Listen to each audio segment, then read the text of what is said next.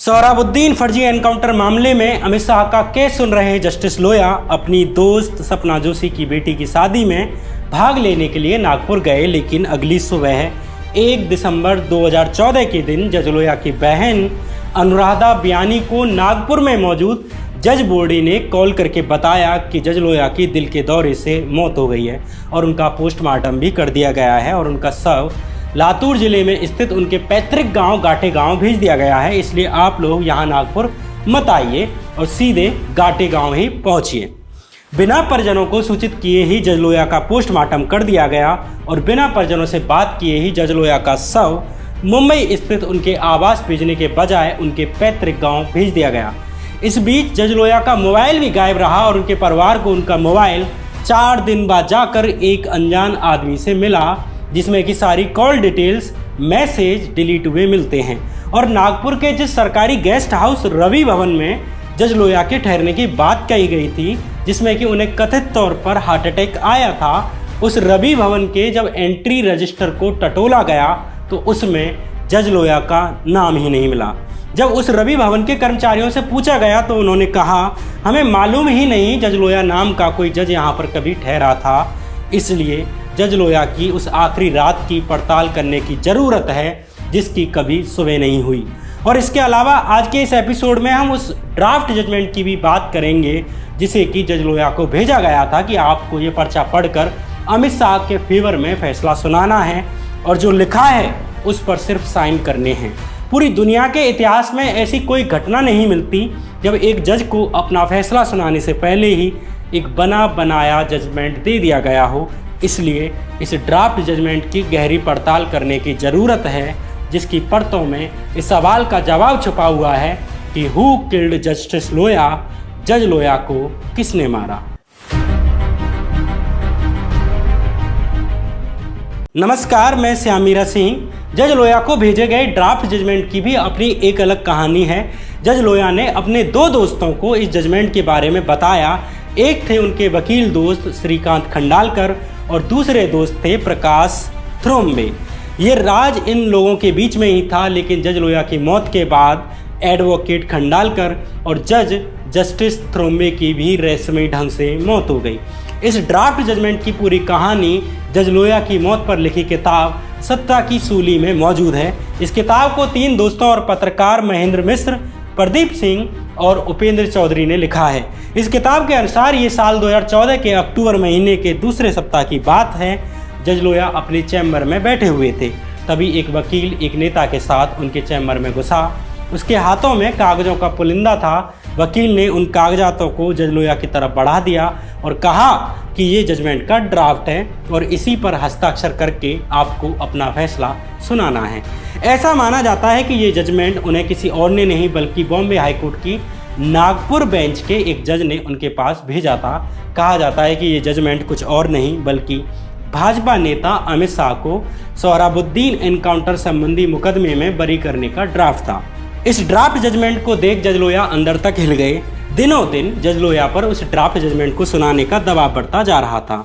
इस त्रासदी से उपजे दर्द को साझा करने के लिए जज लोया ने अपने 2 दोस्तों को याद किया और सलाह ली।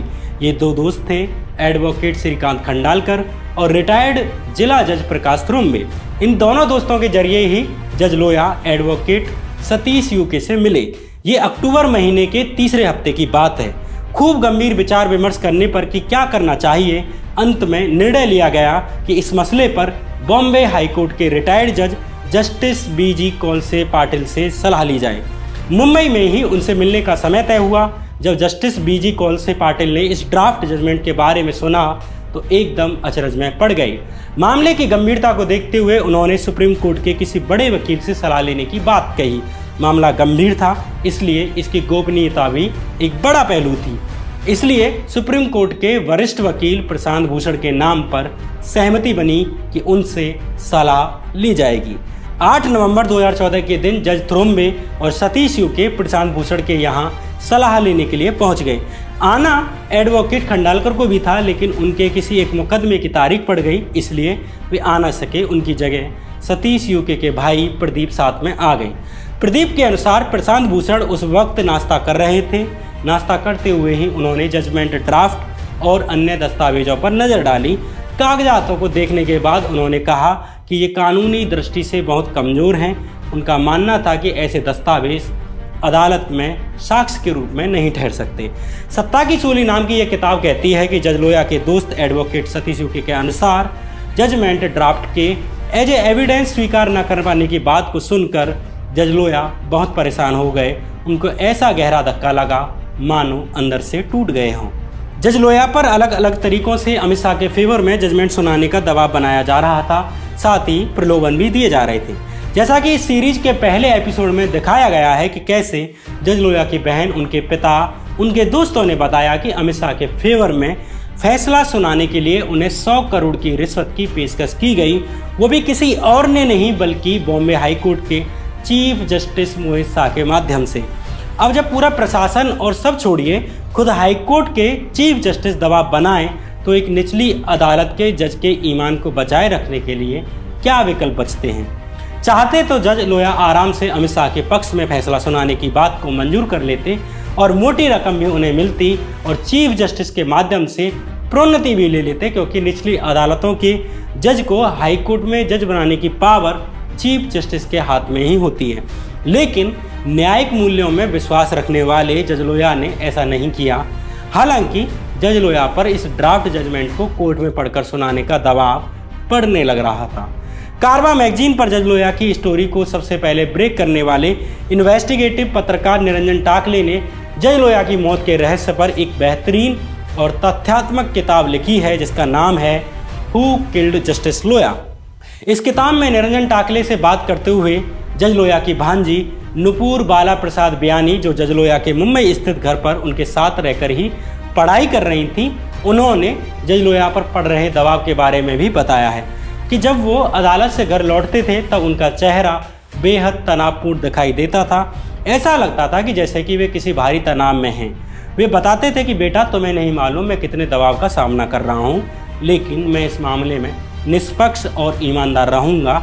ये केस मेरे भविष्य और प्रतिष्ठा को डिसाइड करने वाला होगा। और हुआ भी यही। जज लोया ने अमित शाह के फेवर में सुनाने के लिए भेजे गए ड्राफ्ट जजमेंट को सुनाने से इनकार कर दिया और कह दिया कि मैं गांव जाकर खेती कर लूँगा और अपना ट्रांसफ़र करवा लूँगा, लेकिन गलत जजमेंट नहीं सुनाऊँगा। हालांकि सोहराबुद्दीन फर्जी एनकाउंटर मामले में जज लोया के बाद आए नए जज MB गोसावी ने जज लोया की मौत के 1 महीने के भीतर ही अमित शाह को बाइज्जत रिहा कर दिया, और वो भी मात्र 3 दिन की सुनवाई में, जिसमें कि अमित शाह के खिलाफ केस लड़ रही CBI को मात्र 15 मिनट सुना और बाकी टाइम सिर्फ अमित शाह के पक्ष को सुना और रिहा कर दिया। लेकिन इस पंक्ति की कीमत कि गलत फैसला नहीं सुनाऊंगा, ये कीमत जज लोया ने चुकाई। इसकी कीमत सिर्फ जज लोया ने ही नहीं चुकाई बल्कि उनके परिवार ने जज लोया के वियोग का दुख झेल कर भी चुकाई। इसके इतर जज लोया के उन 2 दोस्तों ने भी अपनी जान देकर ये कीमत चुकाई जो ड्राफ्ट जजमेंट का रहस्य जानते थे। एक एडवोकेट श्रीकांत खंडालकर और दूसरे रिटायर्ड जज प्रकाश थ्रोम्बे। जज लोया की मौत को 1 साल पूरे नहीं हुए कि एडवोकेट श्रीकांत खंडालकर की रहस्यमयी ढंग से मौत हो गई। 28 नवंबर 2015 के दिन श्रीकांत खंडालकर रोज की तरह ही नागपुर जिला अदालत गए, लेकिन इसके बाद घर नहीं लौटे। देर होने लगी तो घर वालों को चिंता होने लगी। आसपास ढूंढा, सबको कॉल किया, लेकिन श्रीकांत खंडालकर का कुछ भी पता नहीं चला। अगले दिन यानी घर से निकलने के 18 घंटे के बाद खबर आई कि नागपुर जिला अदालत की बिल्डिंग की 8वीं मंजिल से कूदकर नागपुर के चर्चित वकील श्रीकांत खंडालकर ने आत्महत्या कर ली।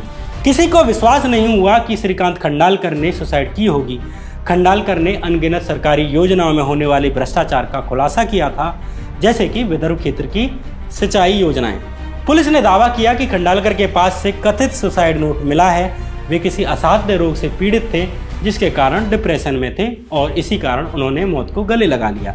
सिर्फ इस कथित सुसाइड नोट को आधार बनाकर खंडालकर की मौत की जांच करने से इनकार कर दिया गया, लेकिन नागपुर बार एसोसिएशन ने खंडालकर की हत्या का शक जताया। दरअसल खंडालकर के पर्स से तमाम चीज़ें तो बरामद हुई, लेकिन उनका फ़ोन गायब था। खंडालकर का फ़ोन आज तक नहीं मिला, न पता कि उनका फ़ोन उनकी मौत के बाद कहाँ चला गया। खंडालकर ने जो पैंट पहना हुआ था वो भी उल्टा था। उनके शव मिलने की परिस्थितियों के आधार पर परिवार ने कहा कि ये सुसाइड नहीं बल्कि हत्या थी। परिवार ने डिप्रेशन वाली बात को भी खारिज किया और कहा कि वे खुद योग के शिक्षक थे और दूर दूर तक उनमें डिप्रेशन के लक्षण नहीं थे। खंडालकर के दोस्त सतीश यूके का भी इस पर कहना है कि सच्चाई ये है कि शनिवार को उन्हें अगवा कर प्रताड़ित किया गया और ज़बरदस्ती सुसाइड नोट लिखवाकर 8वीं मंजिल से फेंक दिया गया। जजमेंट ड्राफ्ट पर सुप्रीम कोर्ट के वकील प्रशांत भूषण से मिलने की सलाह देने वाले बॉम्बे हाई कोर्ट के रिटायर्ड जज जस्टिस बीजी कुलसे पाटिल का कहना है कि ड्राफ्ट जजमेंट की सच्चाई बाहर ना आए, इसलिए वकील श्रीकांत खंडालकर को 8वीं मंजिल से नीचे फेंक कर मार डाला गया। दरअसल खंडालकर जज लोया की मौत के पीछे की सच्चाई बाहर लाना चाहते थे। खंडालकर के दोस्त एडवोकेट सतीश यूके और दूसरे दोस्त मुकेश साहू का कहना है कि जज लोया की मौत के बाद से ही खंडालकर को धमकियां दी जा रही थीं। मुकेश साहू ने सुप्रीम कोर्ट में एफिडेविट देते हुए बताया है कि खंडालकर उनके वकील थे और दोस्त भी थे। एक बार वे बहुत तनाव में थे। तनाव का कारण पूछने पर उन्होंने बताया था कि कुछ लोगों के द्वारा उन्हें जान से मारने की धमकियां दी जा रही हैं। उन्होंने ये भी बताया था कि जज लोया की हत्या की गई थी, उनकी कुदरती मौत नहीं हुई थी। उनके मोबाइल में घटना से संबंधित कुछ ऑडियो, वीडियोज और अन्य सबूतों के अहम दस्तावेज मौजूद थे। मुकेश साहू का कहना है कि खंडालकर ने मुझसे कहा था कि वे जज लोया की मौत के संदर्भ में एक PIL दायर करने जा रहे थे, इसलिए उन्होंने मुझसे कहा था कि तुम याचिकाकर्ता बन जाओ, जिस पर मैंने हामी भर दी थी। लेकिन लगता है कि ये बात बीच में ही कहीं लीक हो गई थी, क्योंकि इसके बाद मेरे खिलाफ 7 फर्जी केस दर्ज कर दिए गए थे। मुकेश साहू का कहना है कि मेरी गिरफ्तारी कर मुझे हर तरीके से प्रताड़ित किया गया और मेरा मोबाइल ले लिया गया, वो आज तक नहीं दिया गया। जज लोया के फ़ोन से कॉल डिटेल और मैसेज डिलीट किए जाना, खंडालकर की मौत के बाद उनका फ़ोन आज तक ना मिलना और खंडालकर के दोस्त मुकेश साहू को गिरफ्तार कर उनका फ़ोन छीन लेना और फिर कभी ना देना अपने आप में एक इशारा करता है। जज लोया की मौत के बाद ड्राफ्ट जजमेंट से जुड़े उनके दोस्त एडवोकेट खंडालकर की रहस्यमय ढंग से मौत हो गई और उसकी जांच भी नहीं की गई। इसी तरह लोया और खंडालकर दोनों के दोस्त जज प्रकाश थ्रोम्बे की भी रहस्यमय ढंग से मौत हो गई। जज प्रकाश थ्रोम्बे भी नागपुर में ही रहते थे। 16 मई 2016 के दिन एक काम से उन्होंने नागपुर से बंगलुरु के लिए एक ट्रेन पकड़ी। उनका रिजर्वेशन अपर सीट पर था, लेकिन बंगलुरु पहुंचने से पहले ही रात के वक्त वह हैदराबाद में रेलगाड़ी के डिब्बे के फर्श पर पड़े मिले और जब अस्पताल ले जाया गया तो पता चला कि उनकी मौत हो गई है। मौत के पीछे रीढ़ की हड्डी का टूटना बताया गया कि ऐसा अपर बर्थ से गिरने के कारण हुआ है। लेकिन ये अपने आप में रहस्य की बात है कि रीढ़ की हड्डी टूटने से किसी की मौत कैसे हो सकती है। हालांकि किसी ने इस सवाल को नहीं उठाया, ना ही इसकी कोई जांच की गई। थ्रोम्बे के निधन के बाद उनका परिवार नागपुर छोड़कर चला गया और आज तक उनकी मौत को लेकर कोई बयान नहीं दिया। जज लोया, जज थ्रोम्बे और एडवोकेट खंडालकर तीनों की मौत घर के बाहर होती है और तीनों ही अमित शाह से जुड़े मामले के ड्राफ्ट जजमेंट के रहस्य के बारे में जानते थे। जज लोया की मौत के बाद उनका परिवार चुप ही रहा। कोई 3 साल बाद जाकर उनकी बहन और भांजी ने चुप्पी तोड़ी। जज थ्रोम्बे के परिवार ने बिना कोई सवाल किए नागपुर छोड़ दिया। खंडालकर की पत्नी भी नागपुर छोड़कर पुणे में बस गईं और खंडालकर के दोस्त मुकेश साहू ने भी अंत में परेशान होकर, गिरफ्तारियों से परेशान होकर नागपुर छोड़ने का फैसला किया। जज लोया की मौत के ऐसे अनगिनत रहस्य इस नागपुर फाइल्स में दब कर रह गए। अगर ये पन्ने खंगाले जाएं तो असली अपराधियों तक पहुंचना बहुत मुश्किल नहीं है। लेकिन जज लोया की मौत से जुड़े 4 सवालों के जवाब तलाशे जाना बाकी है कि आखिर किसके कहने पर बिना जज लोया के परिवार को सूचित किए ही जज लोया का पोस्टमार्टम कर दिया गया। दूसरा सवाल ये कि किसके कहने पर बिना जज लोया के परिवार से पूछे ही उनके शव को मुंबई लाने की बजाय उनके पैतृक गांव घाटे गांव लाने का निर्णय लिया गया। और तीसरा सवाल ये कि आखिर क्या कारण है कि नागपुर के जिस गेस्ट हाउस में जज लोया यानी जस्टिस लोया ठहरे हुए थे उसके गेस्ट एंट्री रजिस्टर में लोया का नाम दर्ज क्यों नहीं है। और हार्ट अटैक जैसी घटना से एक जज की मौत हो जाने के बावजूद ऐसे कैसे हो सकता है कि वहाँ काम करने वाले कर्मचारियों को ये खबर तक ना हो कि यहाँ ऐसी कोई घटना हुई है। और चौथा सवाल ये कि जज लोया के मोबाइल का क्या हुआ, उसमें से किसने कॉल डिटेल्स डिलीट की और अगर कॉल डिटेल्स डिलीट कर भी दी गई थी तो बाद में क्यों नहीं निकाली गई। इन तमाम सवालों के जवाब खोजेंगे अगले एपिसोड में। तब तक के लिए यहीं बने रहिए मेरे साथ। नमस्कार।